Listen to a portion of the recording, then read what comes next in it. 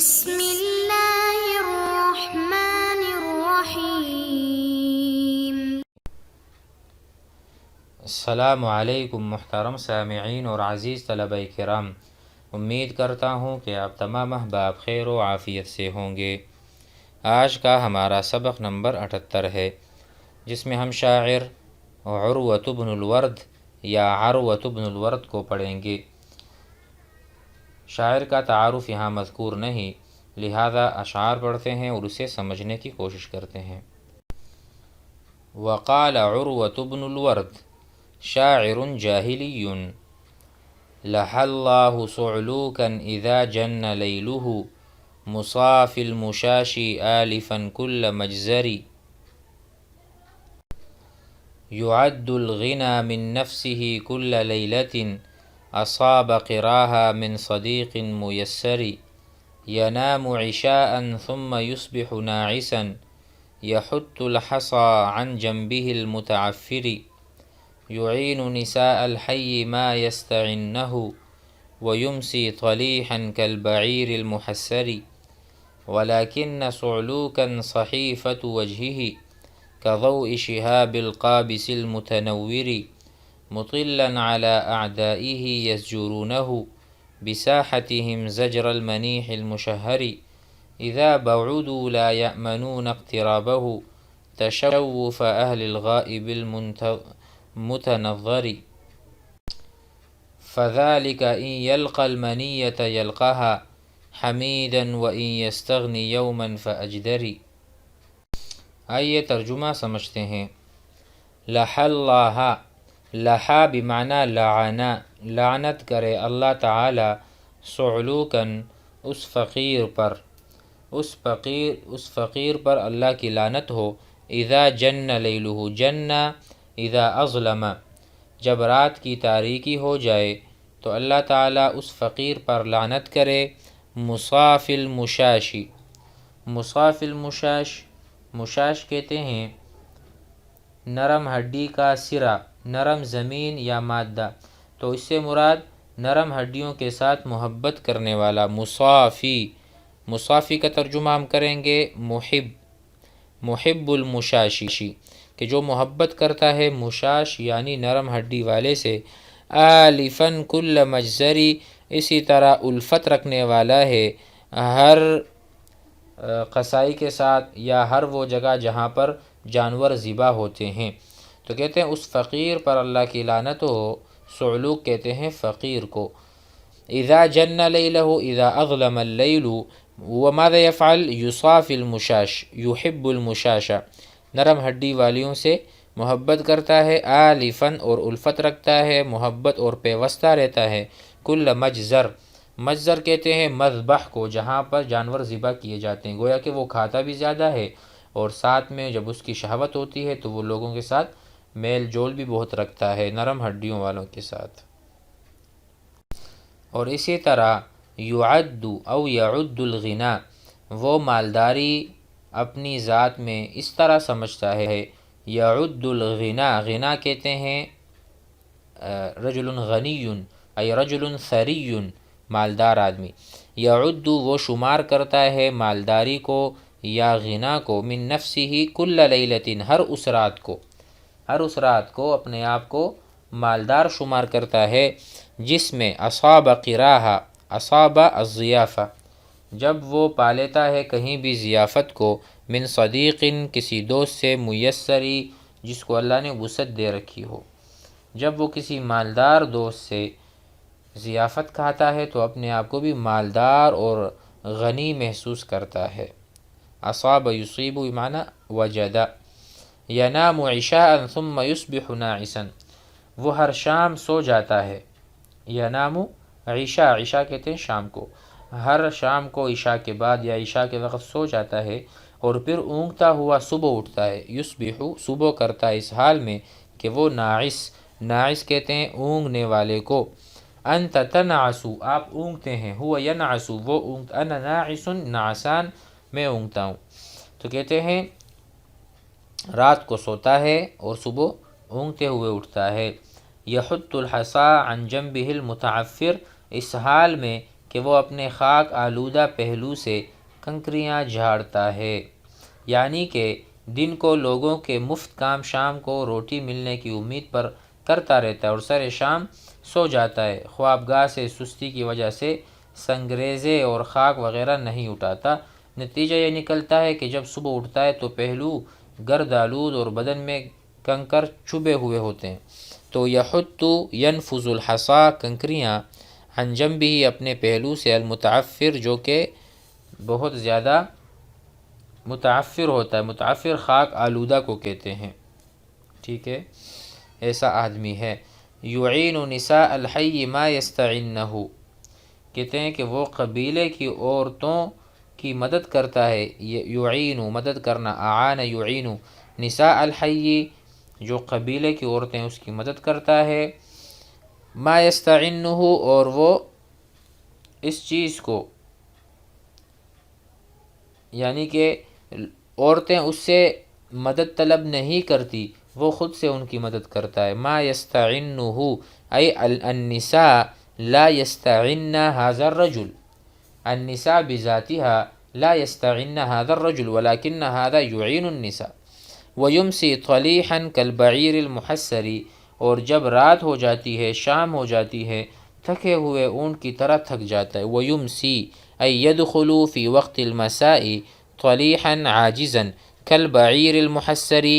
گویا کہ جس طرح کوئی اونٹ تھکا ماندہ ہو، اس کی بھی یہ حالت ہوتی ہے۔ ولیکن صعلوکا صحیفۃ وجہہ، مگر اس کے باوجود فقیر جس کا چہرہ اس شعلے کی چمک کی طرح ہے جس کو دور سے دیکھنے والا شخص لانے والا ہو، کہتے ہیں ولیکن صعلوکا صحیفۃ وجہہ، اس کا جو ظاہری ڈھانچہ، حلیہ یا اس کا چہرہ ہے، کضوئی روشنی ہے اس کی، شہاب، شہاب کہتے ہیں شعلۃ نار، آگ کا کوئی شعلہ جب بڑکتا ہے اس کی چنگاری کا جو رنگ ہوتا ہے، القابس المتنوری، ایسی چنگاری جو بڑکنے والی ہو یا کوئی اس کو لانے والا ہو، ٹھیک ہے، یعنی اس کا چہرہ ایسا چمکتا ہے جیسا کہ کوئی بندہ کہیں سے چنگاری لا رہا ہو اور اس کے ہاتھ میں وہ چمک رہا ہو، اسی طرح اس کا چہرہ بھی چمکتا ہے، یعنی خوش و خرم ہے اور بہت خدمت سے خوش ہوتا ہے، اس کو دل کو فرحت اور سکون ملتا ہے۔ مطلا علی اعدائہ یزجرونہ، اس کے ساتھ وہ فقیر جھانکنے والا ہے، یعنی حملہ کرنے والا ہوتا ہے اپنے دشمنوں پر۔ مطلا کہتے ہیں جھانکنا، اطل علی الشیء، اطل یطل، اطل الرجل علی السوق، آدمی بازار پر جھانکا، اپنی کھڑکی سے جھانکتا ہے، نیچے دیکھتا ہے، تو کہتے ہیں اسی طرح یہ بھی اپنے دشمنوں پر یہ جھانکتا ہے، حملہ کرتا ہے، علی اعدائہ یزجرونہ یدفعونہ، ان کو دھکے دیتا ہے، بساحتہم ان کے میدان میں، زجر المنیح المشہری، حالانکہ دشمن اس کو ہٹاتے ہیں اپنے صحن سے، جس طرح اس تیر کو ہٹاتے ہیں جس کا کوئی حصہ نہیں ہوتا، تو کہتے ہیں اس کو بھی ہٹاتے ہیں لیکن یہ ہٹتا کہاں ہے، یہ تو جب حملہ کرتا ہے تو لشکر کے اندر گھسے چلا جاتا ہے، تو کہتے ہیں بساحتہم بمیدانہم زجر المنیح المشہری، ایسا کہ جس طرح اس کو وہ تیر جس کا کوئی حصہ نہ ہو، لوگ اس کو ہٹاتے ہیں۔ جس طرح اس سے مراد یہ ہے زجر المنیح المشہر، یعنی جب ہم کوئی تیر، آپ نے سنا ہوگا پرانے زمانے میں لوگ فال نکالتے تھے، فال، تو وہ تیروں پر کچھ لکھتے تھے، پھر تیروں کو اٹھاتے تھے، اس کو گھماتے تھے، پھر دیکھتے تھے جس تیر پر جو کچھ لکھا ہوتا تھا اس پر عمل کرتے تھے، تو کہتے ہیں جب ایسا کوئی تیر ہو جس میں کوئی چیز نہیں آتی، کوئی فال نہیں آتا، تو اس کو لوگ گراتے ہیں، بار گراتے ہیں، اس طرح اس کو بھی گرانا چاہتے ہیں لیکن یہ نہیں پیچھے ہٹتا۔ اذا بعدوا لا یأمنون اقترابہ، کہتے ہیں اگر دشمن دور بھی چلے جائیں تب بھی اس کی قربت سے بے خوف نہیں رہتے۔ اذا بعدوا ای الاعداء اذا ابتعدوا، اذا ذهبوا بعیدا الاعداء لا یأمنون، وہ امن میں نہیں ہوتے اس کے، اگرچہ وہ قریب نہیں لیکن اس کا خوف ان کے دلوں میں پیوست ہو چکا ہے، وہ ہر جگہ گھبراتے ہیں۔ تشوف اہل الغائب المتنظری، کس طرح کا خوف؟ جس طرح اہل خانہ جھانکتے رہتے ہیں اس غائب آدمی کے لیے جس کا انتظار کیا جاتا ہے۔ جب بندہ غائب ہوتا ہے اور گھر کی طرف آتا ہے اور گھر والے اس کے انتظار میں بار بار باہر کی طرف جھانکتے ہیں، دیکھتے ہیں کہ بھائی مجھے مل جائے، مجھے مل جائے، مجھے مل جائے، کہ فلاں بندہ کب پہنچے گا۔ اسی طرح یہ بھی گھبراتے ہیں اور باہر کی طرف دیکھتے ہیں کہیں یہ فلاں بندہ نہ آ جائے۔ فَذَلِكَ إِن يَلْقَ الْمَنِيَّةَ يَلْقَهَا، یہ فقیر اگر مرے گا تو اچھی حالت میں مرے گا۔ إِن يَلْقَ الْمَنِيَّةَ يَلْقَهَا حَمِيدًا، حمیدًا یعنی اچھی حالت میں مرے گا۔ یلقا ملاقات کرے گا، المنیہ موت سے، جب یہ آدمی موت سے ملاقات کرے گا، یلقاہا ملاقات کر لے گا، حمیدًا اچھی حالت میں۔ وَإِن يَسْتَغْنِ يَوْمًا فَأَجْدَرِي، اور اگر استغنا کرے گا تو بھی وہ اس کے لائق ہے کہ استغفار کرے، تب بھی اگر زندگی بھی ہے اور شہادت بھی اس کو نہ ملے تب بھی استغفار سے اس کا کام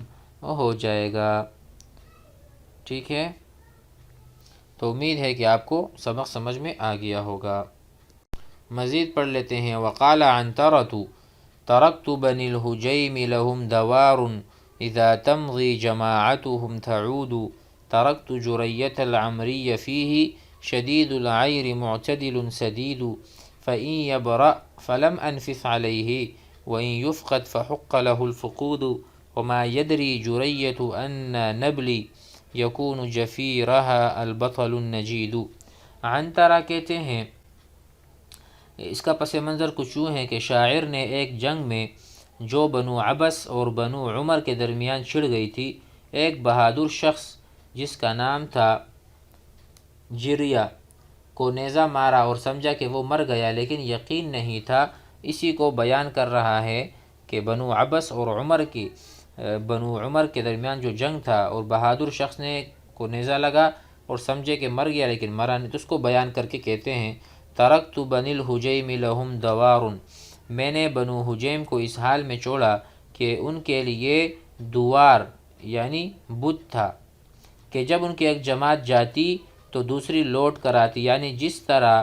دوار بت کے ارد گرد لوگ چکر کاٹتے ہیں اسی طرح میں نے ان کو سرگرداں کیا تھا۔ ترکت بنی حجیم، میں نے اس حال میں بنی حجیم کو چھوڑا، لہم دوار ان کے لیے ایک بت ہے، اذا تمضی جماعتهم تعود، وہ ایسے سرگرداں تھے، ایسے گھوم پھر رہے تھے کہ گویا کہ وہ کسی بت کے ارد گرد چکر کاٹ رہے ہوں، وہ جگہ پر نہیں ٹک سکتے، میں ان میں انتشار پھیلا دیا تھا میں نے۔ فترکت جریة العمری فیہ، میں نے جریہ عمری کو اس حال میں چھوڑا، فیہ شدید العیر معتدل سدید، کہتے ہیں کہ اس میں مضبوط سیدھا ابھرا ہوا تیر گھسا ہوا تھا۔ العیر کہتے ہیں وحشی گدھے کو، ٹھیک ہے، جب اس کو کوئی تیر لگے تو ظاہر ہے وہ کس طرح سے چھلانگیں مارتا ہے، تو کہتے ہیں میں نے اس کو تیر مارا مضبوط، معتدل جو سیدھا تھا، سدید مستقیم تھا، تو جریۃ العمری کو میں نے تیر مارا تھا، اس حال میں اس کو چھوڑا تھا، تو وہ بالکل ایک کیا کہتے ہیں وحشی گدھے کی طرح وہ چھلانگیں مار رہا تھا۔ فَإِن يَبْرَأْ، اگر وہ شفایاب ہو جائے، فَلَمْ أَنفِثْ عَلَيْهِ، تو کوئی مذائقہ نہیں کیونکہ میں نے اس نیزے پر پھونکا نہیں تھا۔ فَلَمْ أَنفِثْ نَفَثَ يَنفُثُ، نفث نفخ، نفخ یعنی منہ سے پھونک مارنا، تو میں نے اس نیزے پر پھونک نہیں مارا تھا تاکہ، تو یہ ابھی مرا اس وجہ سے نہیں ہے، گویا کہ اپنی بہادری بتا رہے ہیں کہ اگرچہ وہ نہ مرے تو کوئی بات نہیں، اگر وہ شفایاب ہو جائے تو کوئی مذائقہ نہیں کیونکہ میں نے اس نیزے پر پھونکا نہیں تھا، اگر پھونکتا تو ضرور مرتا، اور اگر مر گیا تو مرنے کا سزاوار ہے۔ کہتے ہیں فَإِن يَبْرَأْ، اگر وہ شفایاب ہو، فَلَمْ أَنفِثْ عَلَيْهِ، میں نے نیزے پر کچھ نہیں پڑا تھا، پھونک نہیں مارے تھا۔ وَإِن يُفْقَدْ، اگر وہ مر جائے، فَحُقَّ لَهُ الْفُقُودُ، تو ظاہر ہے وہ مستحق ہے موت کا اور میں نے اسے مارا ہے۔ وَمَا يَدْرِي جُرَيَّةُ أَنَّ نَبْلِي، اور جریہ کو معلوم نہیں تھا کہ میرے تیر کا ترکش قوی بہادر آدمی ہوتا ہے، چنانچہ وہ میرے تیر کا ترکش بن گیا۔ کہتے ہیں ما یدری جریہ کو علم نہیں ہے، النبلی کہ ہم مارتے ہیں، یکون جفیرہ البطل النجید، ہم ایسے بندے کو قتل کرتے ہیں یا ایسے بندے پر وار کرتے ہیں جو کہ بہادر ہو، ہم بزدلوں پر حملہ نہیں کرتے۔ امید ہے کہ اشعار آپ حضرات کو سمجھ میں آئے ہوں گے۔ السلام علیکم۔